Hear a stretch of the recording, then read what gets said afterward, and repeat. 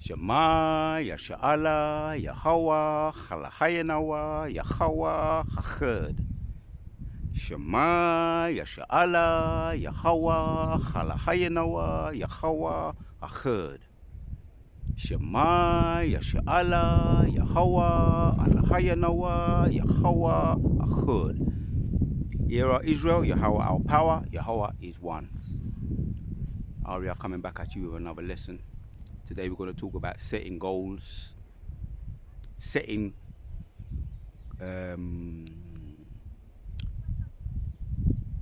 realistic, that's the word, setting realistic goals. So before we start, we're going to give all the praises to Yahweh, Bahashem, Yahushai, Bahashem, Charakah, Kodash. Double honors to all the elders and the apostles of Great Millstone. Salutes to all 144,000 elect out there, all the sincere out there, man, tuning in.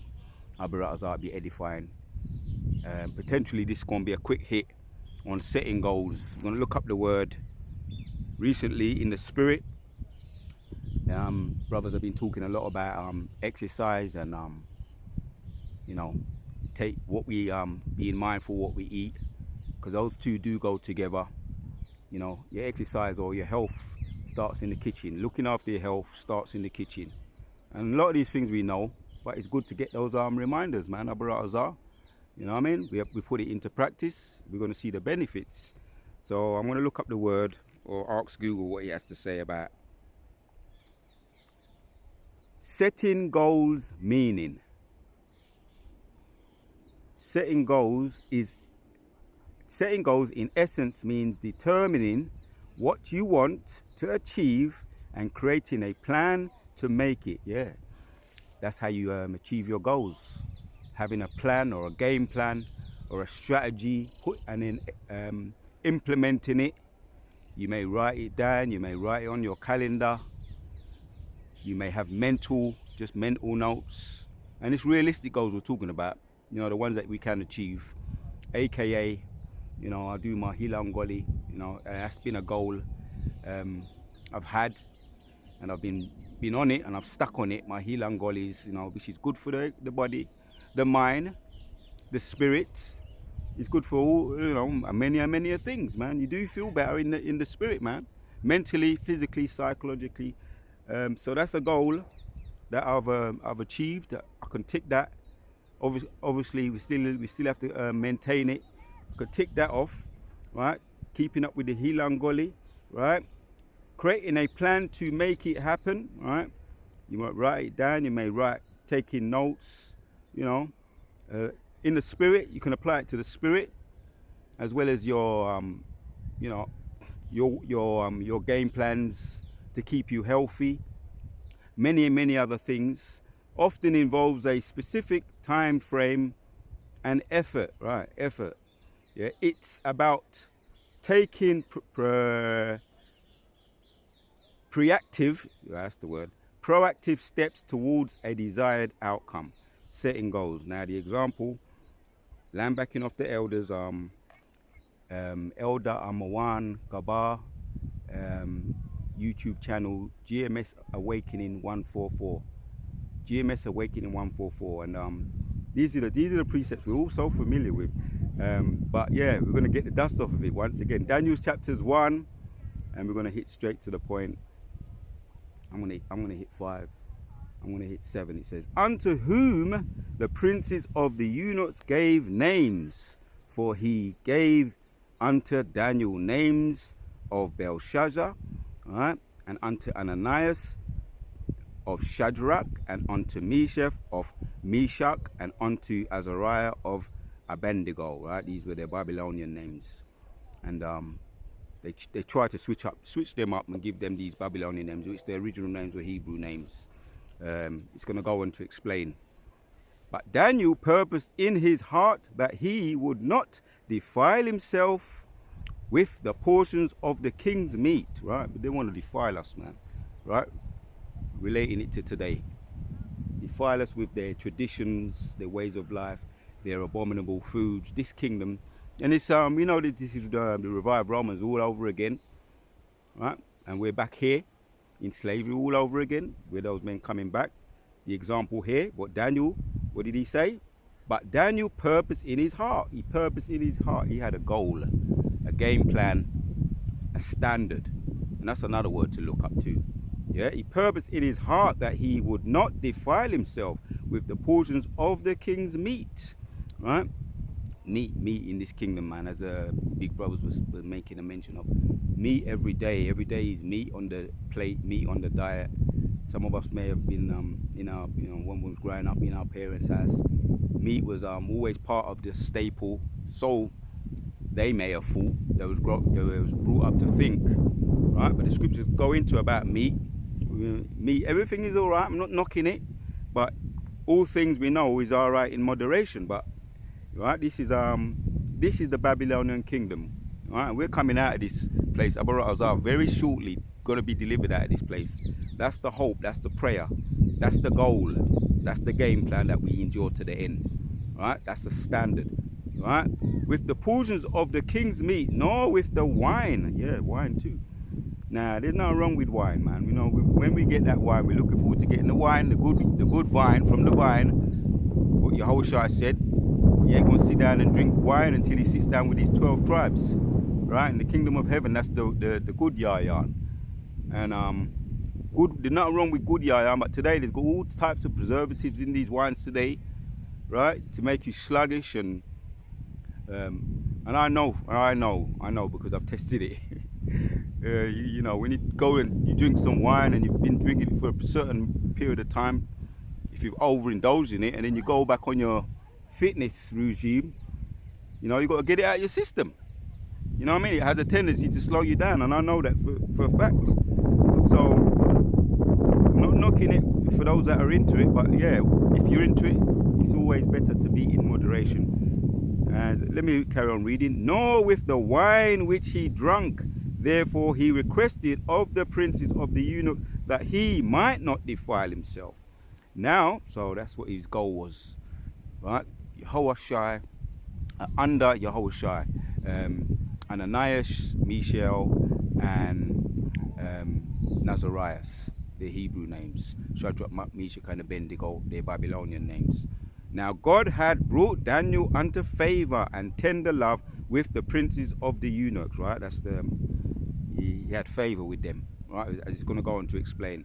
And the princes of the eunuchs said unto Daniel, I fear my lord the king, who hath appointed your meat and your drink. For why should he see your faces, whose liken than the children which are of your sort? Then shall he make me endanger my head to the king. So yeah, that was a proposal by a eunuch. You're going to endanger me, man. What are you playing at? You're going to endanger me. Now here he's going to explain. Then said Daniel to Melzar, whom the prince of the eunuchs had set over Daniel, Hananiah, Mishael, and Azariah. Hananias, Mishael, and Azariah, prove thy servant, right, this is what their proposal is. Prove thy servant, I beseech 10 days, let them give us pulse to eat and water to drink. Right, yeah, pulses, man. These are things that, this is my goal now. This is the goal that I'm setting. Abu Ratazar, right? It's a transition, you know what I mean? A realistic goal that can be achieved, even despite we're behind enemy lines. Just be mindful, right? And as we know, the brothers be breaking it down, the steps that we can take to get the exercise in. The exercise really starts in the kitchen. The fitness regime starts in the kitchen. Talking about the poses. So what are the poses? You got like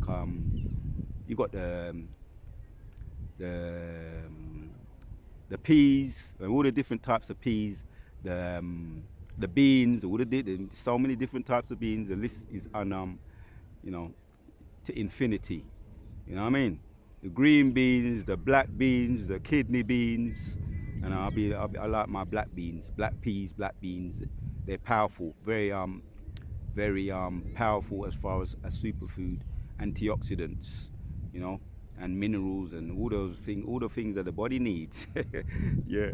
So the beans, the pulses, like the beans, the nuts, all the different types of nuts, You know, you got the well-known ones, the peanuts. You know what I mean? Cashew nuts, pecan nuts, pistachio nuts. I've got so many. I've got so many different types of nuts, and there's a lot of different types of nuts as well, right? Pulses, eat and water to drink, right? Water, even today, water is not as how it used to be. Now you got this dead liquid that they put in a bottle. They call it water. Is it really from the springs? Is it really from the top of the Himalayan mountains? Himalayan mountains? Is it really from on the top of these Himalayan mountains? So-called mineral water that is just basically melted snow, or the spring water that is in the springs. You have to wonder, you know that anything that he's put their hands on, they spoil it.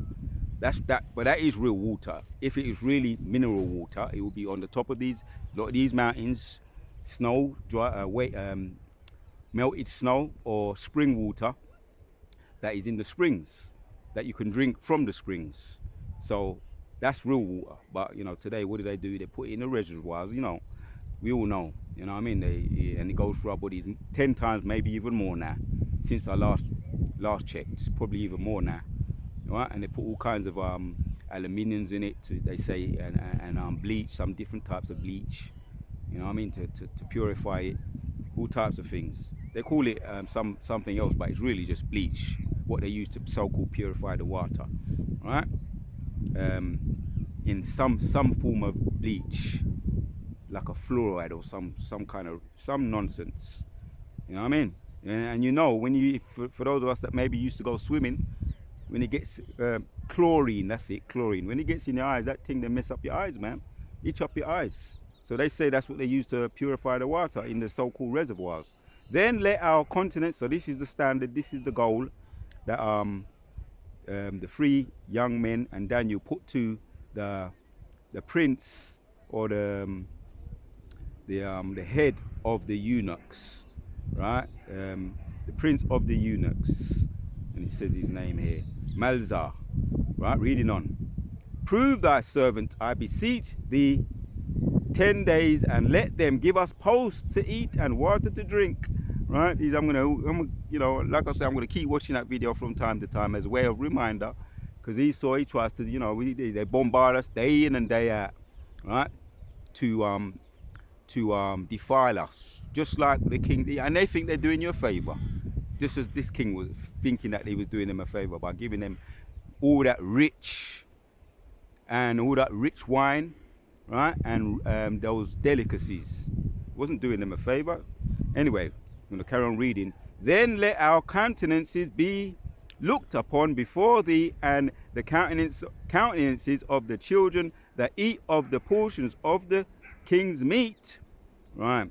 See, they're going to make a comparison between those that stay away from it, right? All the abominable foods, the delicacies, and the rich wines, and those that separate from it, and those that continue to eat it. Here's a comparison. Eat of the portion of the king's meat, and as he seest, deal with thy servants. Right. So he consented to them in this matter, and proved them 10 days. He agreed, and at the end of the 10 days, their countenances appeared fairer and fatter in flesh than all the children which did eat the portions of the king's meat, right? All their delicacies. So there you have it, right? He achieved his goal, and he proved his point. In 10 days, he was fat. He looked better outwardly, and it's inwardly. How you feel inwardly shows outwardly. So yeah, exercise and being fit, keeping fit, staying fit starts in the kitchen. You know what I mean? We ain't gonna just be all extreme and go in hard and then eat anything that we want. Right? We have to be mindful of the things we're putting in our body. Right? You know what I mean? So if it's a transition for you, have a goal, set a realistic goal that you can achieve. I'm on my journey, and other brothers are, all the way up until however it plays out in Jacob's trouble. But we know what we do know is that the Most High going to bring us out of this place if we endure to the end. however it plays out. Some of us are going to be martyred, some of us are going to be in the concentration camps, some of us are going to be in the wilderness, foraging potentially.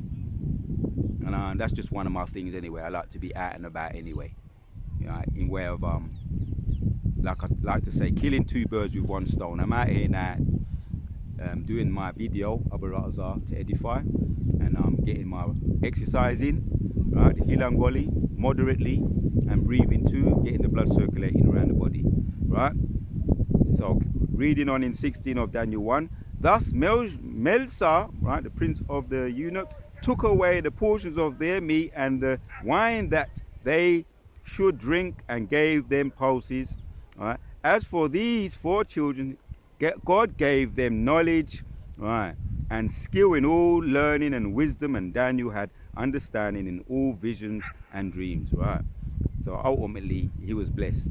Daniel, we know he was blessed anyway, with knowledge, wisdom, and understanding, and his wise helpers, his wise young men were all blessed. He was blessed. The fact that he was able to put that challenge to the king, not intimidated, to say that he wanted to remain separate, set that goal, right? He did it, and it was all. Everything's been written for an example for us, for a comfort for us. Everything is written for our comfort. So we refer to that. If we're going to set a goal ourselves, we can look at that. That can be, you use that as a goal, a standard. Daniel. So that was a quick hit. I'm going to continue with today, Abarazar, what I like to do today, Mahilangoli, and breathe, and Abarazar, you know what I mean, enjoy the rest of the day with your whole Shad blessing. I'm going to, from time to time, check out those videos, the exercising videos. You know, there's a lot now brothers, elders are putting up in way of reminder, because we're in Babylon and they're trying to destroy us, to throw the kitchen sink at us. So that's what we're saying, setting goals, setting realistic goals that we can achieve them, right, will help us to further our spiritual achievements. Abarazar, we enjoy to the end.